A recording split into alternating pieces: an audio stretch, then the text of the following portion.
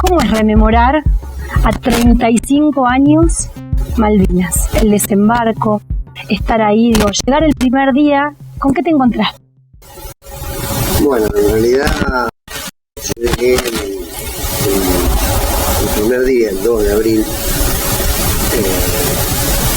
después de hacía 2 meses que estaba incorporado al servicio militar obligatorio, y después de una semana de estar dentro del cuartel con movimientos que de pronto no sabíamos cuál era el destino, el 1 de abril, yo estaba en Colonia Sarmiento, en Chubut, el 1 de abril vamos a Comodoro Rivadavia, y ahí en Comodoro Rivadavia tenemos la noticia de que en la madrugada del 2 de abril iban a ser tomadas las citas. Ahí fue el primer impacto. A decir que lo supieron antes, porque una de las cosas que siempre se dijo era la sorpresa con la que la sociedad se enteró. Los que estaban en el ejército en ese momento con sus 18 años lo supieron antes. No, lo supimos el primero. El día anterior. El día, horas antes, en realidad en la tarde, el primero, tarde-noche. El primero, cuando ya estábamos en Comodoro, y porque en realidad en la madrugada del 2 nosotros íbamos a partir hacia la isla. Por eso entonces todavía no había conflicto plenamente, porque en realidad las tropas estaban llegando, estaban arribando, y lo peor de la guerra llegó unos días después, ¿no? Nosotros en realidad llegamos, como te decía, en la mañana del 2 al aeropuerto, después nos trasladamos a una carpa, y después el resto de los días de abril los pasamos en el fondo de una casa de los habitantes de Malvinas. Entonces estuvimos hasta fines de abril, aproximadamente el 28-29, llega la orden de ir a la trinchera. Y ahí empezó el caos. En realidad todo empezó en la zona del aeropuerto el 1 de mayo con el primer bombardeo. Nosotros alternábamos por las noches las guardias.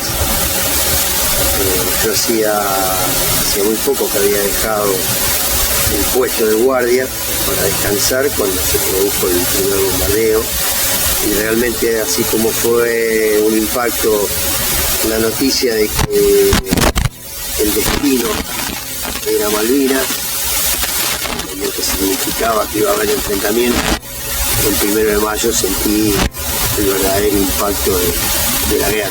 ¿Es posible describirlo? Y son muchas sensaciones, lo que siempre aparece es esto, la sensación tan difícil de describir o de graficar, que es esta sensación que empezás a sentir que estás en una línea entre la vida y la muerte. ¿Y sentiste cuando terminó la guerra que fue injusto que no te haya tocado cuando mirabas lo que había pasado a tu alrededor? Nosotros en toda esta historia tuvimos un antes, un durante y un después.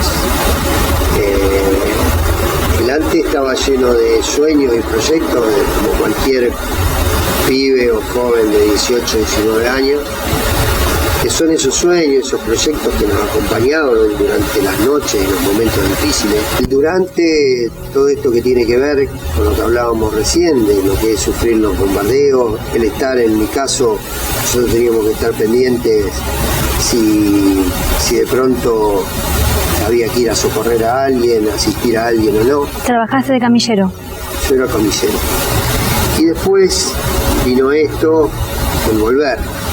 Que fue tal vez lo más difícil, porque primero en ese durante son muchas a esta altura las historias que quedan al descubierto de que además de tener soldados que no estaban preparados, recibieron mucho maltrato por parte de los jefes de las tropas propias. Entonces queda ya de entrada la impresión de que no solamente era una guerra injusta para la que no estábamos preparados, sino que de entrada, y antes de recibirte de excombatiente, cuando eras combatiente ya fuiste maltratado. Sí, fueron situaciones en las cuales compartías de pronto estabas con tus compañeros, estabas con tus superiores, tuvo superiores que pudieron contener, otros que no.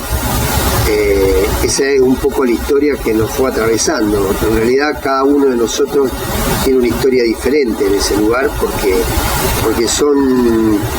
los testimonios son diferentes porque son situaciones diferentes vividas. Y también lo que nos pasó en el regreso. A cada uno le tocó algo, fue diferente, no todas las historias son iguales. Yo siempre, desde mi lugar, fui un convencido de que los ex soldados combatientes necesitábamos hablar, necesitábamos comunicar. Y hubo una etapa en la cual no era fácil la comunicación. Por eso hoy a 35 años podemos hablar. Yo en realidad me siento ex soldado combatiente. Todo junto. Y finalmente, ¿qué se siente cuando uno se transforma en estas fechas en una efeméride? Digo, porque sos parte de la historia reciente y la historia reciente es la que se puede contar en primera persona, pero también sos parte del libro que como efeméride llega a las escuelas. Y te genera esto, el compromiso.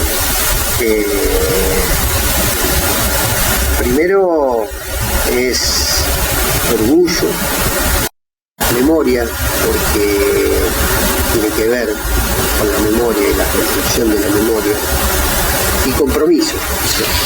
¿Y sentís que lo que dicen los manuales, ese texto frío, tiene que ver con vos o como que le pasó a otro? Cuando agarras un libro, ¿no? Un libro cualquiera, escolar, sí, donde se habla del 2 de abril así, en esta dimensión y en realidad creo que a nosotros nos pasa de que por el hecho de la participación y de estar, es como que no te detenés mucho en lo que pueda decir. Esto es como nos pasaba, o sea, en un principio por ahí nosotros inmediatamente en la posguerra vos estabas pendiente de algún acto oficial. Hoy por ahí uno siente que ha generado, que es parte de esa historia y que tiene mucho para contar y para dar.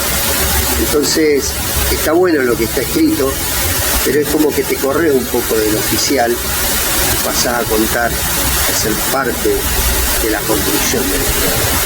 ¿Y hay lugares para contarla? Por suerte sí.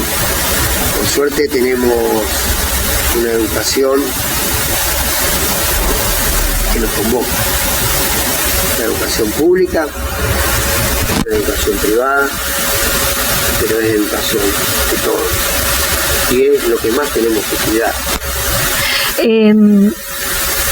Yo sé que nadie elige volver a la guerra, no elegiste ir siquiera a la guerra.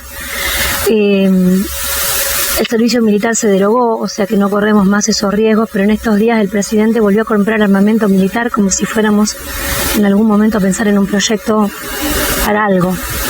¿Cómo te cae? Sí, en realidad no lo entiendo, porque nosotros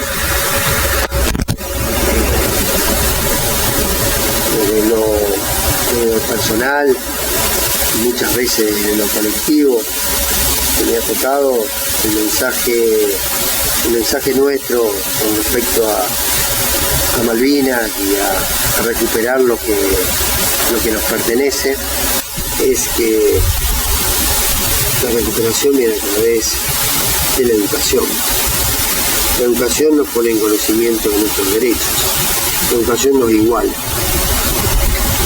La educación es una posibilidad de igualdad que tenemos como pueblo. Entonces es tan importante que nosotros en nuestro país tengamos una educación. ¿Volviste a Malvinas? No. ¿Querés volver? En realidad creo que nosotros por ahí en lo colectivo decimos Malvinas sin pasaporte. No me parece mal quién va a Malvinas y quién decidió volver a Malvinas, porque a veces son formas de cerrar etapas o de cerrar heridas, o de tratar de cicatrizar heridas. Por eso uno no se puede poner en un lugar y juzgar. Hoy me siento bien en el lugar de poder decir sin pasaporte y hoy me quedo acá generando cosas y compartiendo cosas acá. Muchísimas gracias por el testimonio, muchísimas gracias por compartir esto que tiene que ver estrictamente con la cuestión educativa, porque en realidad en las escuelas el 2 de abril es un día sin clases, pero es una efeméride y a veces la vaciamos de contenido, como muchas de las efemérides, cae como una más. Y la verdad es que las historias contadas en primera persona tienen esa posibilidad de conocer detalles y cosas que se han desconocido.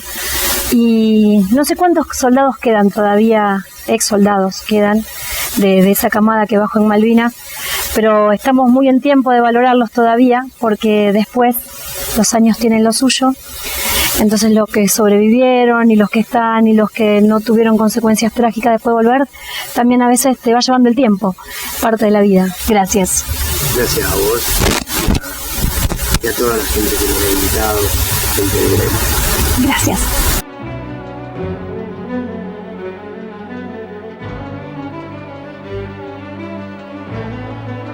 Y seguimos reconstruyendo esto que es esta historia reciente llamada Malvinas.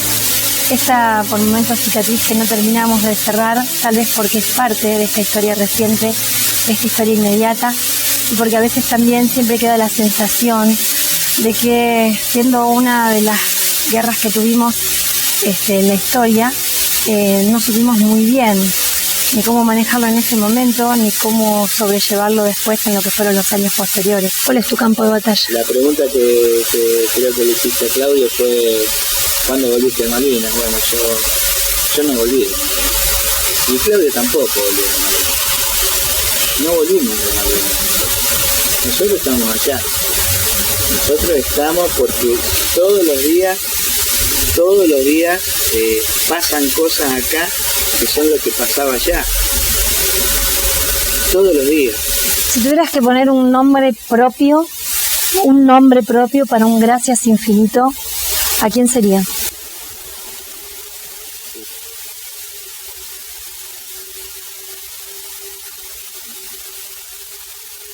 Un nombre propio de alguien. Uh-huh.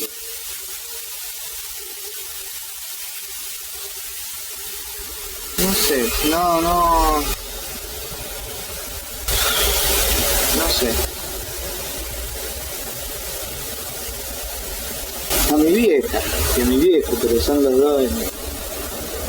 Sí, a ellos dos, gracias Guille, gracias Kela, porque la mezcla de los dos me llevaron a que yo pueda salir de ahí, sus valores y sus defectos también.